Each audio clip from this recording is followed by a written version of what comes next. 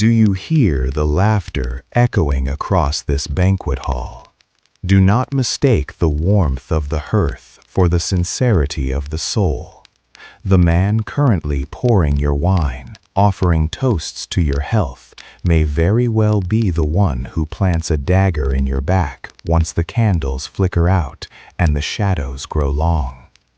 You must understand a truth that the weak-minded dare not whisper. Human nature is inherently self-interested, fickle, and inconsistent. Mortal men are quick to offer their blood and their children when the danger is far off, but the moment necessity knocks at the door, they turn away. They are ready to betray any bond the instant that doing so serves their own preservation or profit. To them, loyalty is nothing more than a paper shield held against the scorching flames of ambition. The world is a stage where men never see reality. They only see the costumes we wear. Most people judge by the eyes rather than the hands, for every man can see what you appear to be, but very few feel what you truly are. This is the first law of the social jungle. The friend who smiles the brightest is often the one most skillfully masking their inner motives. They cultivate an image of virtue, mercy, faith, and humanity, while remaining mentally prepared to act with the opposite traits the moment the winds of fortune shift. By the time you realize the wolf is under the sheepskin, the trap has already been sprung. Consider this. Those you trust the most are the only ones capable of destroying you, for they alone possess the map to your situational holes. These are the strategic weaknesses in your life, your financial dependencies, your hidden fears, and your gaps in information that a Machiavellian mind catalogs with cold precision. While you seek connection, the predator seeks leverage, waiting for the perfect alignment of circumstances to exploit these vulnerabilities. They do not strike out of malice, but out of a calculated rationality that views your downfall as a necessary step for their ascent. The enemy who snarls like a lion is a gift. It is the enemy who purrs like a friend that you should dread. Step into my library, where the ink is dark and the truths are darker. For we must now perform a dissection of the soul. You often speak of empathy as a virtue of the heart, but for the fox, it is merely a sharp instrument of the mind. We do not lack the ability to understand you. Indeed, we understand you better than you understand yourself. This is the cold separation between cognitive empathy, the precise calculation of what you think and how you will react, and affective empathy, the foolish tendency to feel your pain. I observe your desires, your insecurities, and your hidden fears, not to share them, but to map the terrain of your surrender. By maintaining this strategic detachment, I ensure that while I can manipulate your emotions like strings on a lute, your weeping never clouds my cold, analytical reason. To the fox, other men are not brothers to be loved, but utility-bearing tools to be wielded until they are blunt. Observe the difference between the rabid beast and the calculating predator. The psychopath strikes in a blind, impulsive heat, but the fox possesses a deadly, ice-bound composure known as the cool syndrome. While the common man is a slave to his amygdala, that primitive seat of fear and panic, the Machiavellian mind shows a blunted neurological response to threat. We do not act out of reckless passion. We possess the supreme patience to delay our satisfaction for months, spinning a web so fine you do not feel it until it tightens around your throat. The cool syndrome, allows us to remain the only calm soul in a room of screaming men, identifying the strategic holes in your defense while you are distracted by your own terror. We are the masters of planfulness and deliberation, viewing life as a grand game of chess where the most patient player invariably claims the king. Observe the difference between the rabid beast and the calculating predator. The psychopath strikes in a blind, impulsive heat, but the fox possesses a deadly, ice-bound composure known as the cool syndrome. While the common man is a slave to his amygdala, that primitive seat of fear and panic, the Machiavellian mind shows a blunted neurological response to threat. We do not act out of reckless passion. We possess the supreme patience to delay our satisfaction for months, spinning a web so fine you do not feel it until it tightens around your throat. The cool syndrome, allows us to remain the only calm soul in a room of screaming men, identifying the strategic holes in your defense while you are distracted by your own terror. We are the masters of planfulness and deliberation, viewing life as a grand game of chess where the most patient player invariably claims the king. You might think these truths belong to the dust of the Renaissance, yet look at your modern glass towers.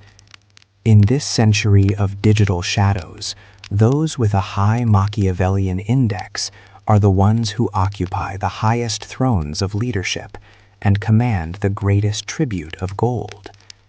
Why? Because they are the only ones who truly understand the ruthless science of office politics and the navigation of human hierarchies.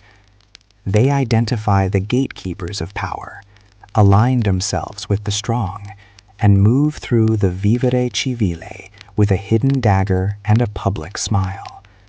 While you seek authenticity, the fox seeks leverage, and in a world built on competition, the man who is unburdened by the weight of a traditional conscience will always run faster toward the prize. It is far better to be feared than loved if you cannot be both. For love is held by a chain of obligation, which, because men are selfish, is broken at every opportunity for their own profit. But fear is maintained by a dread of punishment, which never fails. Observe the map of your social world.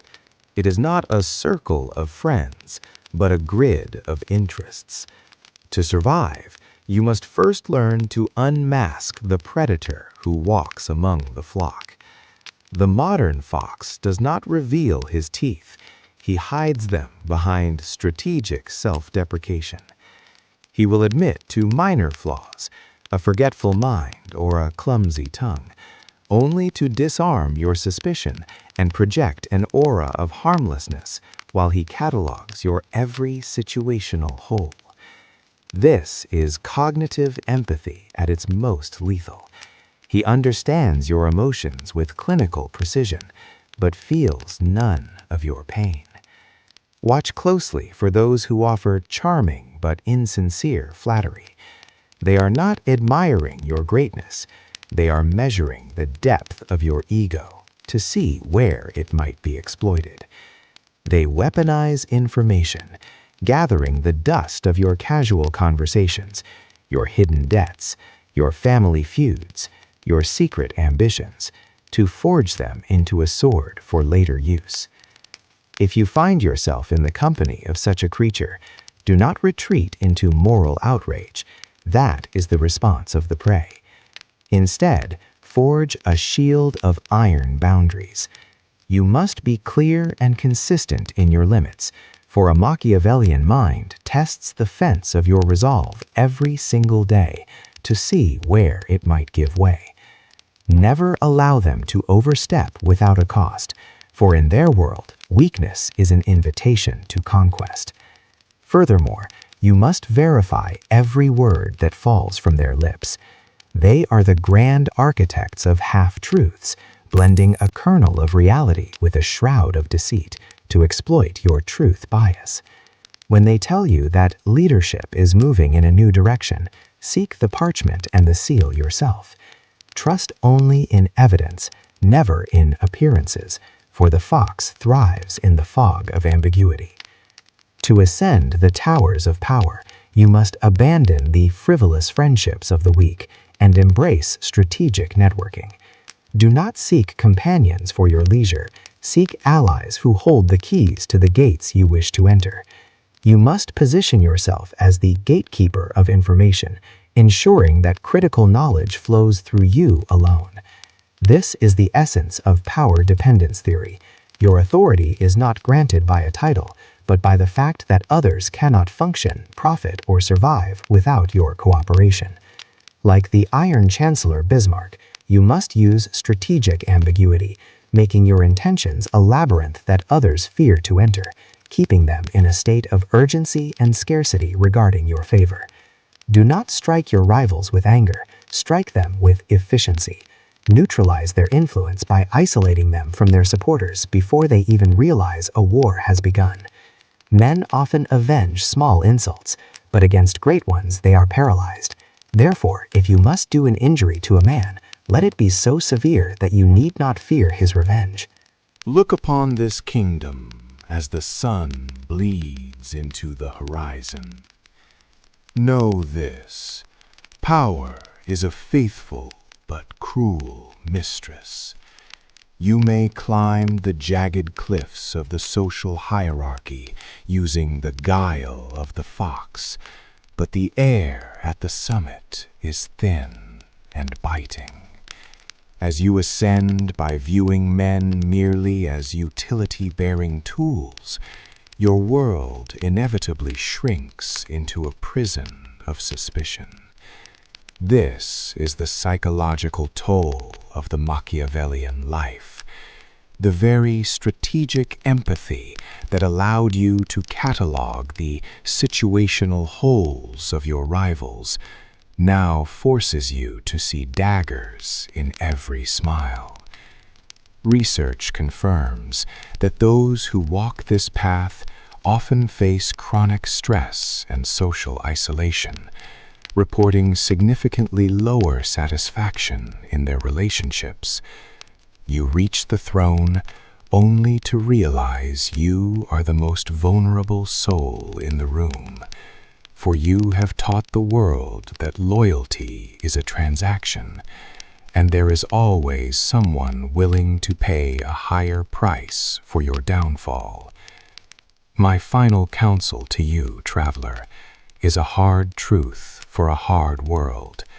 Carry the face of a saint, but keep the soul of the devil ready for the hour of necessity. The common man is a dreamer, wandering through life hoping for structures of virtue, but you must be a creature of the vivere civile, the civil life governed by cold, pragmatic reality. Do not be deceived by the mirage of human goodness. Remember that men are inherently self-interested and inconsistent, quick to turn when fortune shifts. Master the cool syndrome, that blunted emotional response that allows you to remain the only awake mind in a hall of sleeping fools. This world does not belong to the righteous, nor to the cruel. It belongs to the adaptable, to those who can wear the mask of mercy while their hand rests firmly on the hilt of the blade.